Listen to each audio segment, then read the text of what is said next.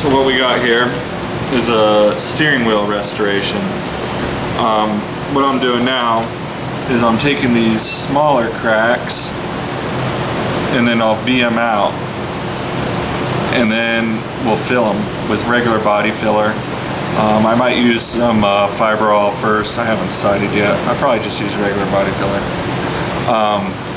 But you V out all the cracks, which this has plenty of, and then we start with the filling. But I just use a little, I think it's a 2-inch or something like that, on a little air.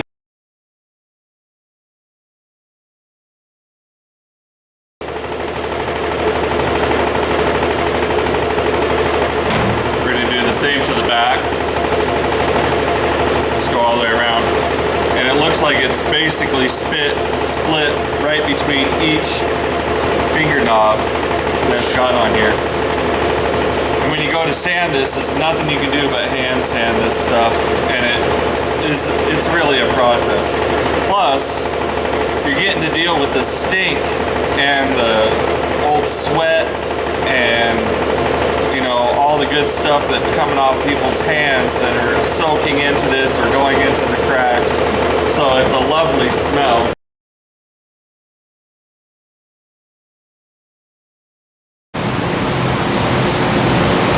Alright, you get your 5 million or so scratches V'd out, and what you're going to want to do now is you're going to want to sand the whole thing with something pretty rough, 180, 80, something like that. You're going to be doing a lot of priming and whatnot on this, so we'll be able to take out those sand scratches later. But you know, the object is to get this thing as clean as possible. And we'll find some more cracks while sanding, I'm sure. So now we're gonna get the sander out, try to do as much as we can with the DA. Probably gonna be doing a lot just by hand. You want to really be careful around you'll have like these lips and lines on here. Most definitely try to avoid that with the DA. It only takes a second to blast them off of there. Plus we got some around the horn button that are chipped out, so we're going to want to get that. That might be a situation that's better suited for like a Duraglass or Fiberall or something like that. But just keep on working on it, keep on getting your stuff beat out, and getting your stuff sanded. One thing to note though, I was doing my 56 Mercury pickup the other day, and they had a brand new steering wheel from Dorman for a couple $100.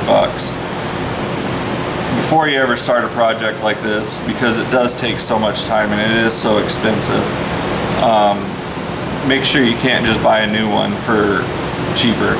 I mean, this steering wheel, it's going to take you a while, even if you do it yourself. If you give it to somebody, you know, it's probably going to cost you $1,000 or more to have it done. So check if you can't get a stock replacement if that's what you're going for, or the idea, of course, there's a billion aftermarket ones.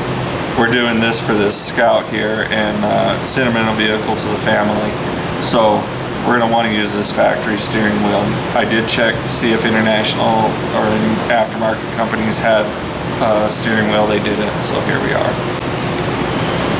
Alright, so we got it all beat out, got it sanded. I did just 80 grit by hand. There wasn't really anywhere I could use a DA.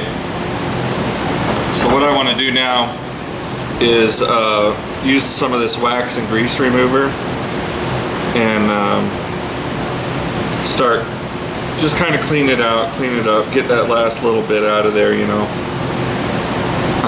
just so it has best chance of getting good adhesion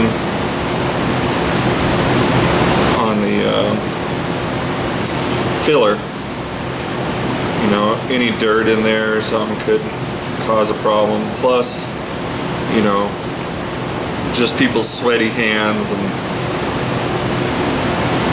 the different stuff that gets stuck inside this steering wheel. Grossest thing is barber chairs though. I've restored some barber chairs, and that's really gross. The amount of hair and the oil that runs the hydraulics and stuff, it gets really nasty. But like I was saying, you really want to be careful of your sharp edges that you have on these pieces. You know, you want to keep those edges nice and sharp. You know, otherwise it just ends up looking like it's been reworked, and you don't want that. So, you know, I ran a DA over this, but it was extremely careful. I probably should have just done it by hand. I did the center part by hand and just made sure that I kept my edges sharp. You can see the V'd out spots on these ones that we're going to be repairing. So, get it all cleaned up. We're looking pretty good here, and I think that we'll be ready to start putting some filler in it. Obviously, it's mostly going to be done by hand as far as applying the filler into the cracks and whatnot, getting it pressed down in there really good. So this is a second coat of filler on these little inside pieces. You're not going to want to mix up too much filler because you're not going to be able to get around to too much stuff with it. So you're going to just do a little guy, and you know it's going to start hardening up before you can use it all.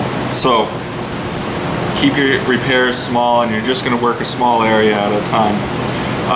Each little crack, each little spot is going to take you probably 3 times with the filler. 3 times with filler is just kind of a regular number that you'd work on anything, any dent or whatever. But you're going to end up with little spots, you know, that you're going to have to fill. So, I'm going to mix up some more filler and keep on applying and just kind of work my small areas one at a time.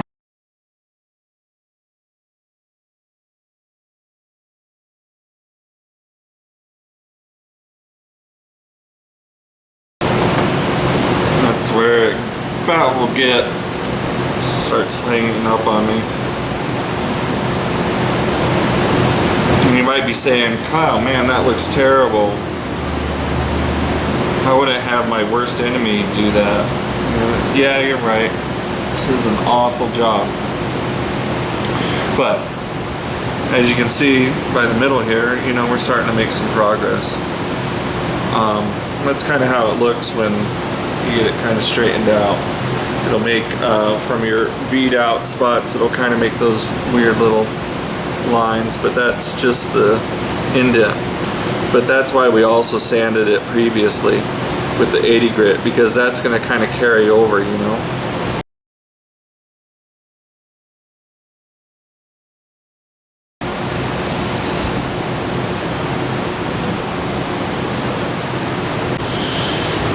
Alright, so I'm going to use some really thick poly primer. So I'm going to get my big gun and spray our steering wheel here.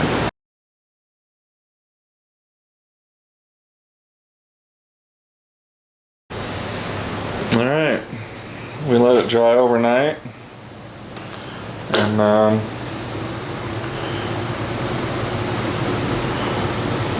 see, our cracks and chips have mostly gone away. There's going to be little stuff that we're going to need to fill and stuff, but I like to get it to a point. Like yesterday, I worked on it yesterday, and you get to a point where it just seems like, you know, you're not quite sure where it's at. Just hit it with some primer. You know, this is a high build primer that I'm using, and it's really going to take care of a lot of the stuff here. And we'll give it a sand down probably with 220 and see how it looks, you know. If we need more work, well, it's going to need more work, guaranteed. But at least we got some of our heavy done, you know. We'll get little stuff fixed and kind of get our lines a little bit better, you know, as far as little different parts here. Don't want to have these sand lines because you are sanding on a radius, It's going to be kind of hard to get that nice radius back, but the primer is going to help that and kind of give us a fresh view of it, so we can kind of have a fresh start on it. Probably start off just sanding it by hand. That's going to help us get rid of the lines. I don't know if you can see the lines, but what will happen is you'll kind of have these ridges, you know, where I took the DA and sanded here because that was one of the directions that it could go, and then you sand over here and it kind of leaves a line, and obviously it wasn't supposed to be there. Sometimes like this is supposed to have a bit of an edge here. We'll try to keep that in there, get that back to where it looks stock, but it doesn't look too bad. Not for only working on it for a day. But it's starting to get a nice, just really good look to it. So, ended up not really needing another coat of primer. Everything kind of sanded out all right. I touched up a few spots and we're going to call it good. Right now we're mixing up some primer sealer, so it, you know, whatever this has got going on, conceal from one type of material to another, and then we'll paint it gloss black as per customer order. And you know, it's going to be a tricky thing because you got to flip it back and forth. The only place to kind of hold it is right in here. So, but on both sides they're going to have to get painted at, you know, one time. So we'll see how she goes. That's our black primer. It's our primer sealer. You can kind of see now how we're going to look. It's pretty cool. Kind of see where the filler sucks in the primer a little different. That's kind of what we're taking care of with this black primer sealer. So that kind of stuff doesn't show up when we're done, hopefully.